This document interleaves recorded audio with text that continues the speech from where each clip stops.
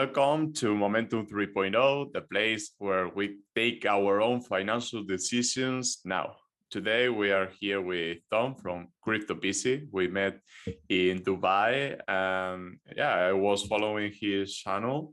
We were talking before, and then we met in Dubai. Our advice, not financial advice, but general advice, is to travel and meet new people. And as I said, nothing that we say is financial advice or investment advice. In my case, I am financial advisor, but Tom, are you a financial advisor? Unfortunately, I'm not a financial advisor. Thank you very much for having me on. This is going to be great. Okay, so talk about your journey as investor, as entrepreneur in crypto. Did you start it with another vertical of trading investment, or did you went into crypto directly? Yeah, great question. So I have always been interested in charts. I've always been interested in how things can affect certain prices. So for example, years ago, I used to have on the iPod the stocks app. And I followed the stocks, I was that kid, that looked on the stocks app and see what happens. And I noticed that whenever Apple released a new product, usually the price would go up. And I thought, well, something's happening there. What's happened with that?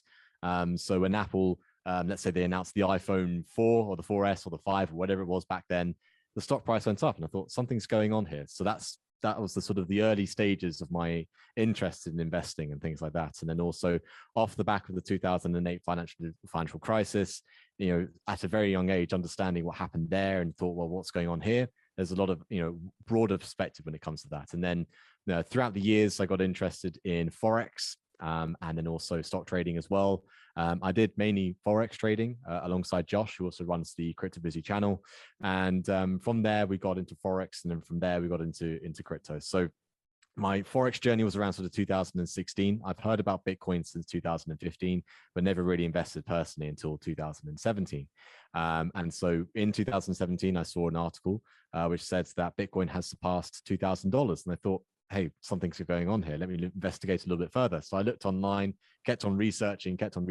And as you can probably know, and as everyone else is watching here, there's a rabbit hole that you go down and you think, what's going on here? And then, you go through years and hours and whatever of just crazy research and continuous research. And so it was around sort of December of 2017. And I didn't know what I was doing at the time. I had no idea what I was doing, what I was investing in. And, I thought, whatever, I'll just go for it. So I invested a bit into Bitcoin, into Litecoin, into Ethereum, and also XRP. And I thought, okay, I'll look into XRP. I've watched a few videos back in 2017 about it as well. And I heard many people saying, this is a sleeping gem, this is a sleeping giant, all that sort of stuff. And again, didn't know what I was doing at the time, but I saw every single day my money double pretty much. And I thought by the end of December, okay, I'll get to this price point. I'm going to take my money out and then do whatever. Because I thought that's how investing works. That's what you should do. You should take some profits along the way. And I didn't do that. And I didn't realize at the time that I invested just at the beginning of the parabolic run in 2017. And I didn't know it. I was like, okay, what's going on? And then it crashed in January 2018, as we all know. It was crazy. And then from that, learned a lot of lessons there, learned from my mistakes on that one there. And then with Josh and myself, we've always wanted to create a YouTube channel. We have an interest in crypto. So let's put the two together. And we created Cryptobusy. And so we started in March of 2018. And we haven't stopped since. We took about a year hiatus for a bit. And then in 2020, as you all know what's happened in the world, we started to do more videos. And that's when we went sort of from 5,000 subscribers all the way to now, which is 206,000 subscribers. So it's been quite the journey. We're not stopping anytime yet. But it's been really good. And so that's where my journey's been into crypto and continues to be as well. Great story. And thanks for telling us. What did you engage with you about crypto? What was the reason to jump into crypto? Okay, that's a really good question. So again, off the back of the 2008 financial crisis, you had a thing called quantitative easing come out, and that's where governments pretty much print some money. It can be a lot of money, it can be small amounts just to keep the economy going. And some of it's okay, some printing is okay, but if you do it out of control, then you get a situation like Venezuela or some countries in the 30s as well, where they had hyperinflation, and that's not good. And it's always been known since the beginning that Bitcoin is this hedge against inflation. So it's always been an interest from that angle of how to protect yourself from inflation. Because there's a lot of people out there that work really hard for their money, and then they put it into their bank accounts, and they're not really getting that much return when they put it into the account. And everyone's advised to, as much as I'm sure you're a financial advisor, but everyone's advised to put some money away in the bank accounts, and that's okay. But what do you get in return for that? And if it's in the UK at the moment, with the interest rate of 0.1%, you're not actually getting that much return. So I think it came from that. It's also new. So cryptocurrency is a very new thing. It's 13 years, 14 years old now, compared to precious metals, which has been around for thousands of years, compared to the stock market and also Forex as well, which has been around for decades, if not hundreds of years. So it's a very new asset class, and it is also, on a wider perspective as well, part of the Industrial Revolution 4.0. So we've had the first Industrial Revolution, we've had the second and the third. So the first Industrial Revolution took, manufacturing from your homes onto a wider scale. And that brought the Western world into the way it is right now, and also bringing emerging economies into the way they are right now as well. And then you had the second one, which was to do with cars and planes on a mass scale. And then you had the third one in sort of the 70s and the 80s with the microchip. And that third industrial revolution has made everything possible what we're doing right now, which is this Zoom call, and you're streaming the video, and we're creating the content that we're creating. All of that is possible because of the microchip. And that is absolutely insane. And so right now, we are living through the fourth industrial revolution. And what comes with that, what new technology comes with that, is AI, it's machine learning, it's blockchain. And part of that is also crypto. And that's another interest that I have as well, is the wider perspective of why I'm interested in crypto. And so that is the other side to it. Okay, so let's talk about XRP, because you are one of the YouTubers, the content creators that keep on talking about XRP, even though the XRP dump of December, and also the XRP, the Ripple versus SEC lawsuit. So tell us your journey with XRP as long as you want.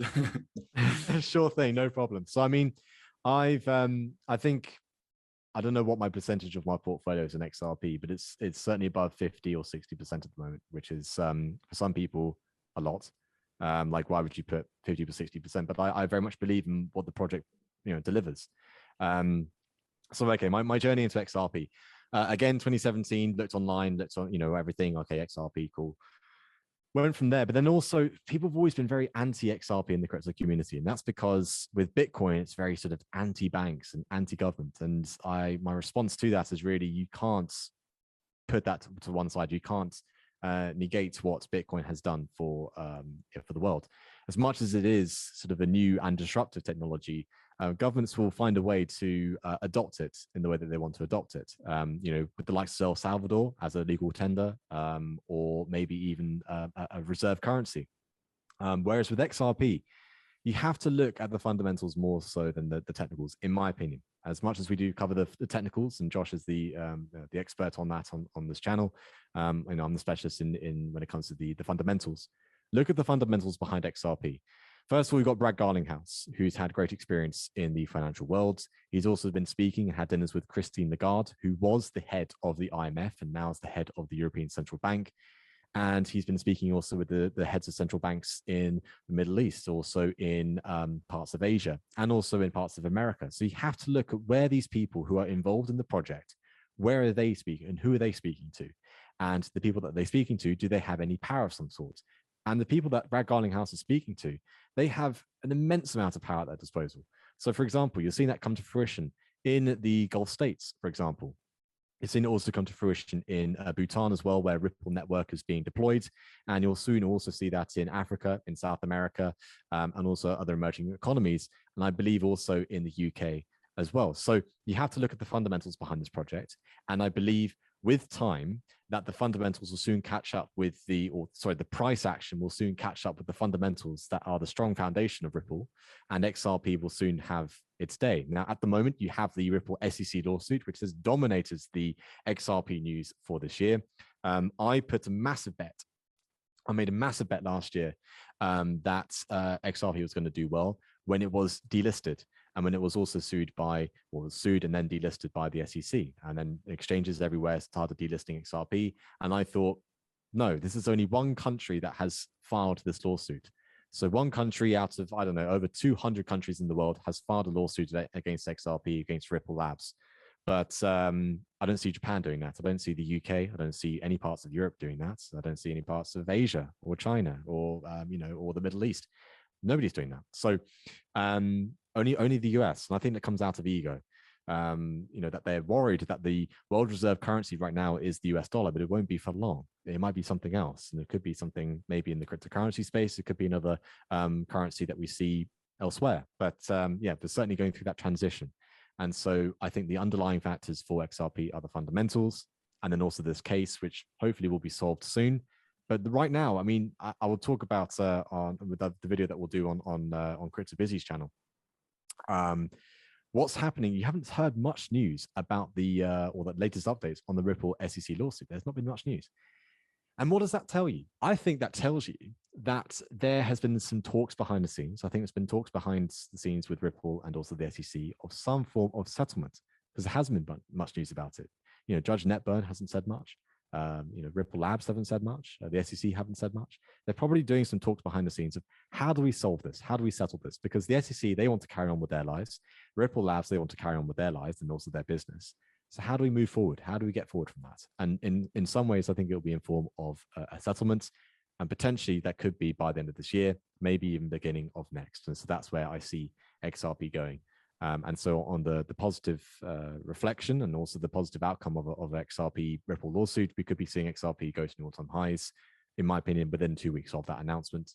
And then from there, I think also anywhere between $10 to $15 in this whole bull cycle that we're in right now. That's where we could be headed, in my opinion.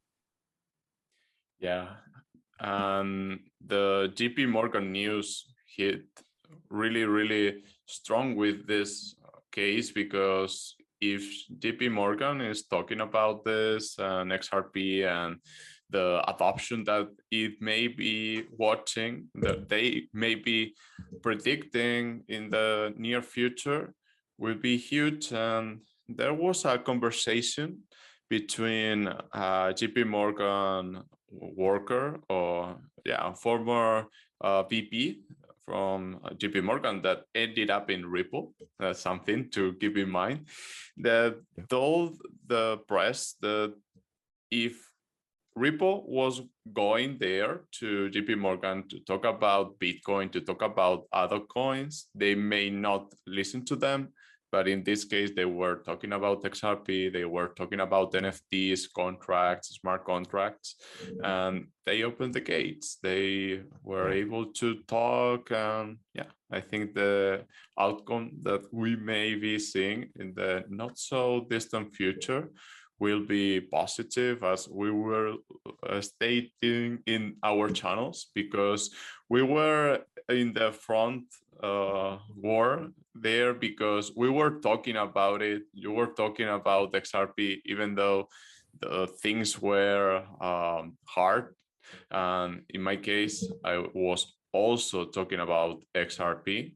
And then we see the price action. We are like 2 times, 3 times above where we were when the XRP lawsuit on Ripple SEC lawsuit started.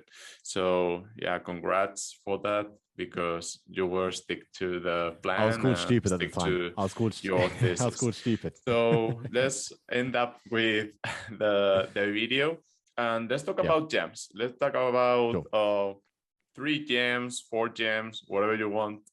Maybe 3 and a bonus, a personal one. Let's talk about 3 plus 1. 3 plus 1. 3 plus 1. Okay, so the first gem obviously is XRP. We'll put that to one side.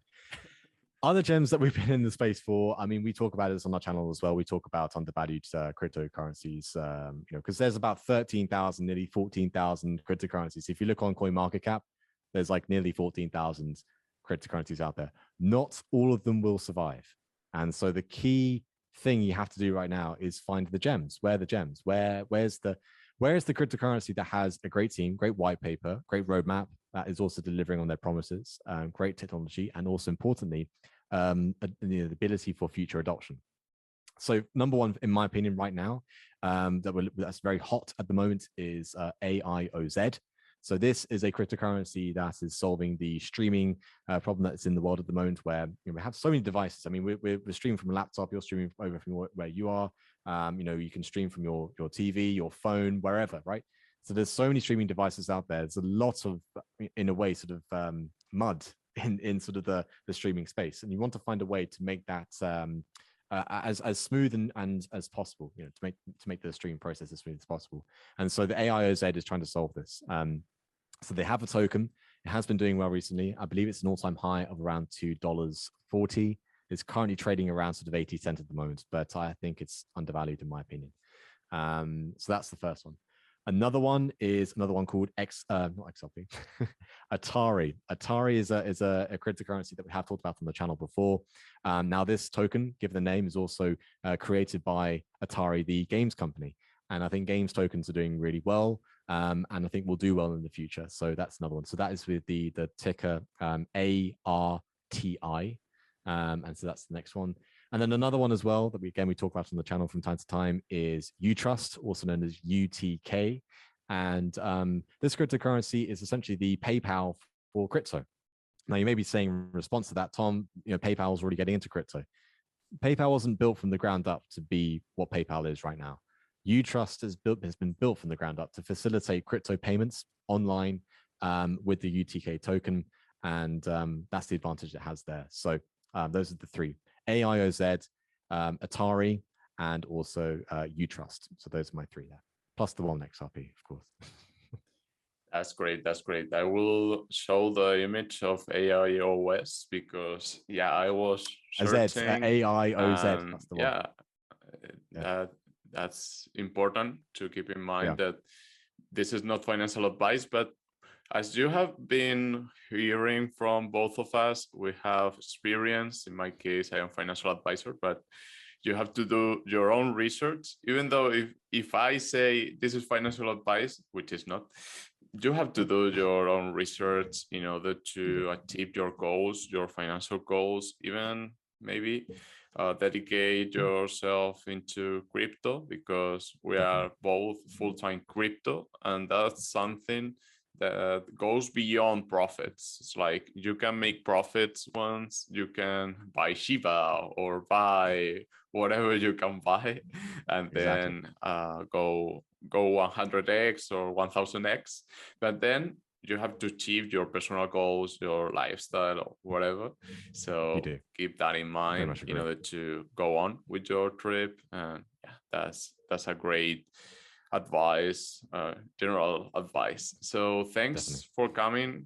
If a resolution does happen very soon, we'll do something. We'll create a good video about that and just talk about what's happening, what the effects of that, if there's a resolution positively or negatively for this case. That's great. So goodbye. Give a like. Go to Cryptobusy Channel, also linked in the description below. And go there, right there. Yeah, go follow them on Twitter. Also, we may be doing a giveaway or some kind of promotion in the future. So follow them. Follow my channel also, in order to be able to participate. And see you in the next one.